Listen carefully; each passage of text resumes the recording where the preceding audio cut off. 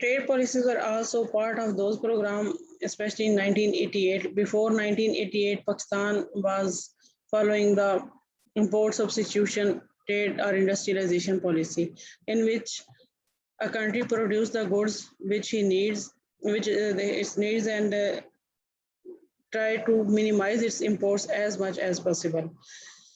But then when there was a structural adjustment program and IMF and the World Bank, the agenda of this program was to open the economy. And then there was the time period of the globalization. No economy could put too much tariff or the trade restrictions or their imports or the exports. So Pakistan become the part of these policies, and from the import substitution, we go to the export oriented industrialization.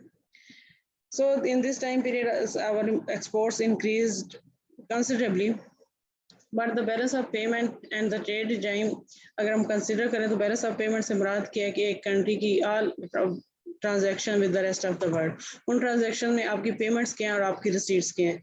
अगर आप सिर्फ trade balance की बात करें तो उसमें होगा कि आपने जो इंपोर्ट्स की हैं उनकी क्या वैल्यू और जो एक्सपोर्ट्स हैं उनकी क्या वैल्यू है. अगर आपकी एक्सपोर्ट्स की वैल्यू ज़्यादा होगी तो हम कहेंगे कि हमारा ट्रेड बैलेंस सरप्लस में है, और अगर आपकी इंपोर्ट्स की वैल्यू या पेमेंट जो आपने करनी है वो ज़्यादा है तो हम कहेंगे कि हमारा ट्रेड बैलेंस डेफिसिट में. लेकिन जो बैलेंस ऑफ पेमेंट है उसमें सिर्फ ट्रेड बैलेंस नहीं होता, उसमें करंट अकाउंट बैलेंस भी होता है जिसमें फॉरेन डायरेक्ट इन्वेस्टमेंट आ जाती है या फॉरेन कंट्री से जो रिमिटेंसेस होती हैं वो. इसके अलावा सर्विसेज अकाउंट होता है कि वो सर्विसेज जो पाकिस्तान फॉरेनर्स को प्रोड्यूस करे, प्रोवाइड करे और उससे जो भी आपको पेमेंट मिले. तो इन सारे अकाउंट्स के बैलेंस को मिला के हम कहते हैं करंट अकाउंट बैलेंस और the balance of the payment. Pakistan in the beginning, मतलब पाकिस्तान बना तो पाकिस्तान की जितनी भी एक्सपोर्ट्स थी वो सारी की सारी रॉ मटेरियल और 2-3 चीज़ें थी. मतलब इनमें क्या था, 5 प्राइमरी कमोडिटीज थी: raw jute, raw cotton, raw wool, hides and tea. Pakistan fits the classic case of unindustrialised country.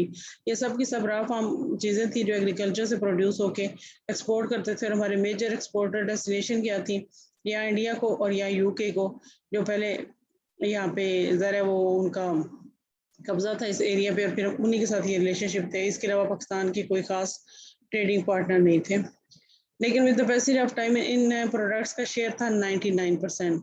लेकिन फिर 1948 1949 से लेके टाइम आगे गुजरा तो ये शेयर कम होते होते 56% और इससे भी फिर कम हो गया जब पाकिस्तान इंडस्ट्रियलाइजेशन की तरफ आया.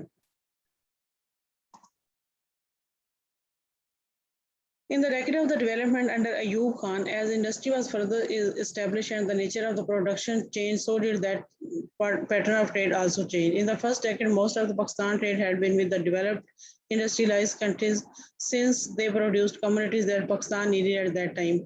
As more and more countries began to develop and industrialize, their demand and needs for foreign goods also changed. For Pakistan, this meant the diversification of both exports and imports market.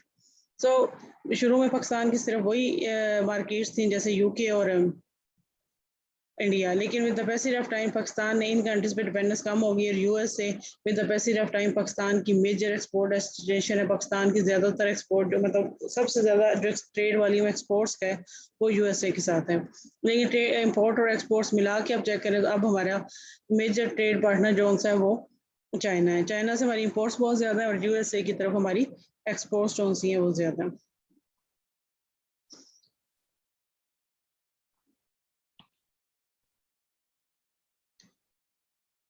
इस सारे time period में जो चीज़ note करने वाली है वो है कि ये देखिए 9.2 टेबल है, exports, import and trade balance from 1950s to 2012 United States million dollar में दिया हुआ है एक्सपोर्ट्स, इंपोर्ट्स और ये बैलेंस. तो एक ये ईयर्स है 1950-51 जिसमें इसके साथ नेगेटिव साइन नहीं है, और दूसरा यहाँ से 1980 टू 1981 इन यहाँ पे इसके साथ नेगेटिव साइन नहीं है. दूसरा फर्क इन दो को छोड़ के, या एक अदर ये कोरियन बूम में भी होगा वो टाइम पीरियड 1972. इस टाइम पीरियड को किसी भी साल में पाकिस्तान का ट्रेड बैलेंस पॉजिटिव नहीं है टिल 2012. और उसके बाद का भी आप उठा के देख सकते हैं, पाकिस्तान इकोनॉमिक सर्वे भी हम खोलेंगे तो उसमें दूसरा इसमें जो प्रॉब्लम है वो ये है कि पाकिस्तान का अगर हम डाटा इंपोर्ट्स का चेक करें तो पाकिस्तान जैसा कि हमने देखा कि एग्रीकल्चरल कंट्री था और शुरू में इसकी इंपोर्ट्स प्राइमरी इंपोर्ट्स थी, लेकिन हमारी जो इंपोर्ट्स हैं उनका जो मेजर पार्ट है वो सिर्फ मशीनरी या कैपिटल गुड्स नहीं थी। एक एग्रीकल्चरल कंट्री होते हुए हमारा चाहिए था कि हम अब तक वीट या कॉटन या इन चीज़ों में हम सेल्फ सफिशिएंट होते हैं, लेकिन हम ये देखें 4% of Pakistan imports were for the wheat in 1994, and when 2.6 million ton were imported, animal and the vegetable oils and the fats used for making cooking oil contributed more than 10% of the Pakistan imports in 1994 and 5. अब cooking oil बनाने के लिए अगर कौन ये नहीं मकई कहते हैं उसकी जरूरत होती है, तो ये नहीं कि पाकिस्तान में प्रोड्यूस नहीं होती, लेकिन पाकिस्तान के पास प्रोसेसिंग यूनिट नहीं है जिससे ऑयल बने और आगे उसका कुकिंग ऑयल बने या लोकली उसे कम यूज करते हैं। इस तरह के और बहुत से इश्यूज की वजह से हम इस तरह सिर्फ मशीनरी, पेट्रोलियम या रॉ मटेरियल इंपोर्ट नहीं करते, हम beet, sometime sugar and oil, cooking oil की रॉ मटेरियल जैसी चीजें भी पाकिस्तान इंपोर्ट करता है,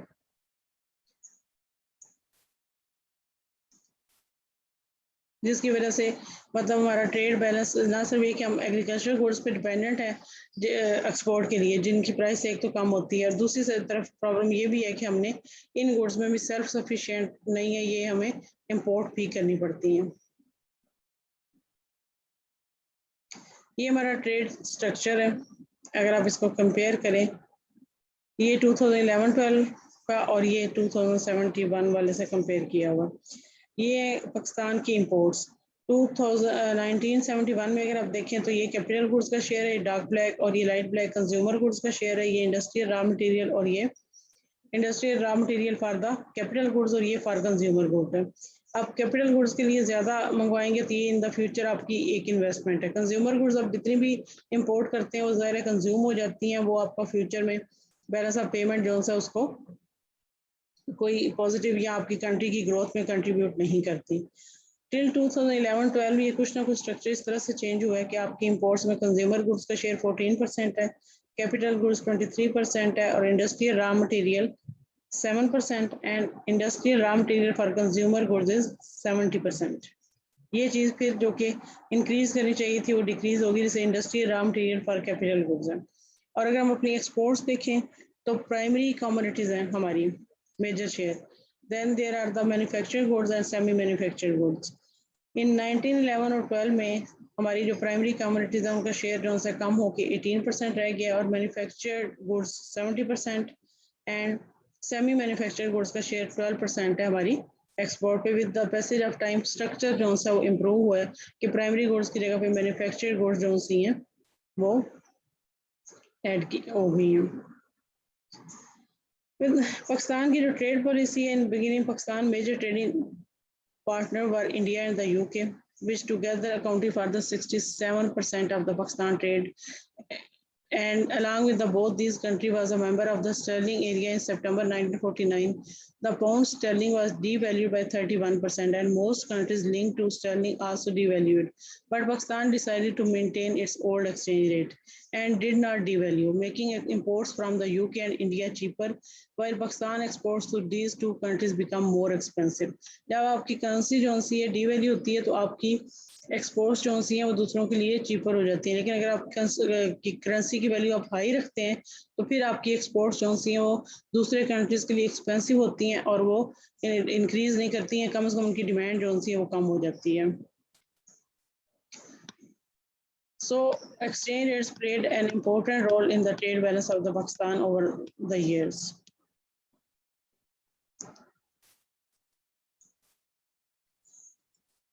जो इंडस्ट्रियल पॉलिसी थी उसका जो टाइम पीरियड में उसके फौरन बाद ही भुट्टो रिजाइम आया जिसमें उन्होंने हर चीज़ जो सी है वो नेशनलाइज कर दी, लेकिन उससे पहले जो ट्रेड पॉलिसी थी जो अयूब ब्रैकेट में, उसमें पाकिस्तान की एक्सपोर्ट्स जो सी काफ़ी ज़्यादा इंक्रीज हुई, और उसके पीछे मेनली जो स्कीम थी वो थी एक्सपोर्ट बोनस और द बोनस वोचर स्कीम। ये वोचर्स दिए गए जब लोगों को, और इस पर टैक्सेस वगैरह भी कम किए गए और लोगों के लिए एक्सपोर्ट्स को आसान बनाया गया। इस टाइम पीरियड में the export bonus scheme undoubtedly had a positive effect on exports in early 1960, and the scheme compensated for the overvalued exchange rate and increased exports, particularly of the manufactured goods.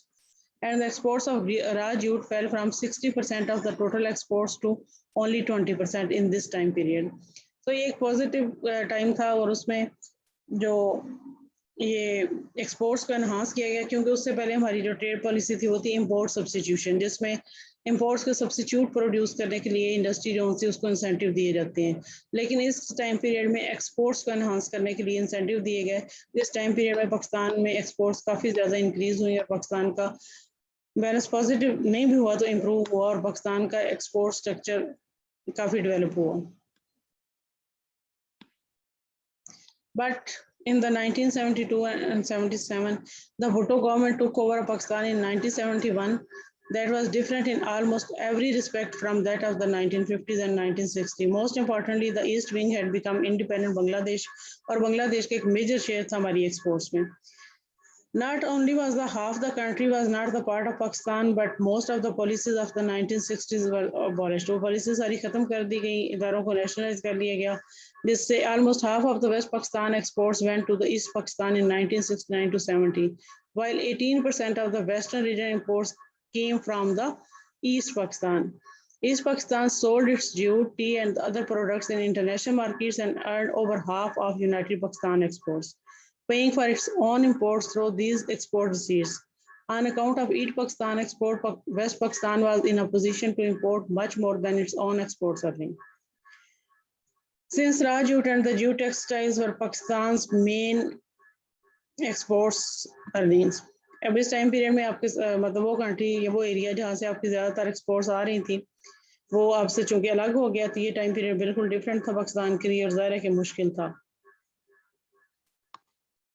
तो इस time period से गुजरने के लिए in May 1972, along with the other mayors listed above, the rupee was devalued by 56% from rupees 4.74 to $11। Pakistan पहले link था dollar से, उसको डीलिंक किया गया और पाकिस्तान की करेंसी जब मार्केट फोर्सेस पे आई तो इसकी प्राइस $4 से पाकिस्तान $1 की प्राइस $1 जो सा वो ₹4 का था जो पहले उस वक्त, तो वो फिर ₹11 का हो गया और इस तरह पाकिस्तान की करेंसी की वैल्यू कम हो गई, लेकिन इससे आपकी जो एक्सपोर्ट्स हैं वो इनकरेज होती हैं। उस टाइम पीरियड में एक पॉलिसी जो सी अब ये भी अडॉप्ट की गई कि पाकिस्तान के को डीलिंक कर दिया गया रुपी को डॉलर से, ताकि आपकी एक्सपोर्ट्स जो सी वो इंक्रीज कर सकें।